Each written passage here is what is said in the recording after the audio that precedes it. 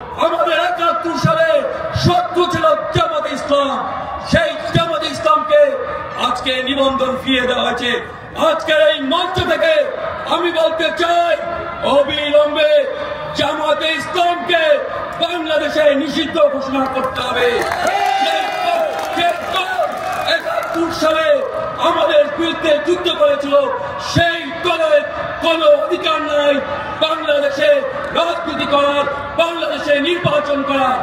2026 সালের ফেব্রুয়ারি মাসে যে নির্বাচন অনুষ্ঠিত হবে, সেই নির্বাচনে জামায়াতে ইসলামকে ৭১ সালের যুদ্ধাপরাধী হিসেবে সেই দলকে নিষিদ্ধ করতে হবে।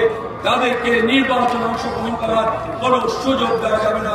প্রফেসর ইউনূস সাহেব ওই ৩৬ দিনের লড়াইয়ের সময় ফ্রান্সে ছিলেন, প্যারিসে ছিলেন, অলিম্পিক উদ্বোধন করেছেন, অলিম্পিক খেলা দেখেছেন।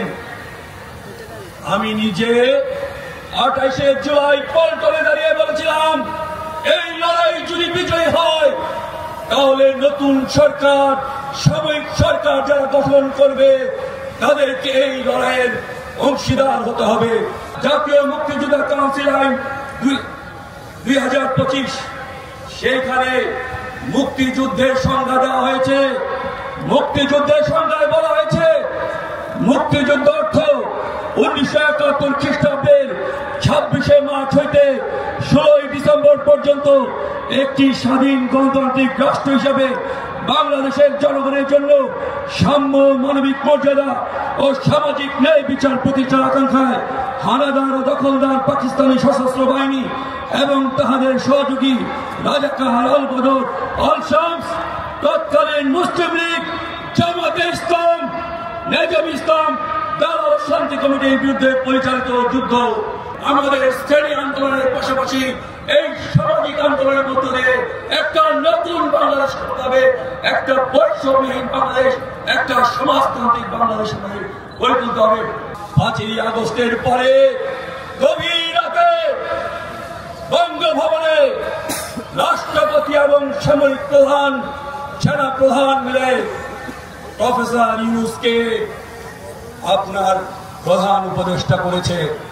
আন্দোলনের যারা সংস্থা ছিল, আন্দোলনের যারা নেতা ছিল, ছাত্ররা ছাড়া আর কাউকে কোনো কথা জিজ্ঞাসা করা হয় নাই। প্রফেসর ইউনূসকে আনা হয়েছিল ব্র্যান্ড ইউনূস হিসাবে। বলা হয়েছিল ইউনূস সাহেব একটা ব্র্যান্ড, এই ব্র্যান্ড যদি আমাদের ক্ষমতায় আসে তাহলে সারা পৃথিবী থেকে আমরা সাহায্য পাবো, সহযোগিতা পাবো, আমাদের সমস্যার সংকট সমাধান হবে।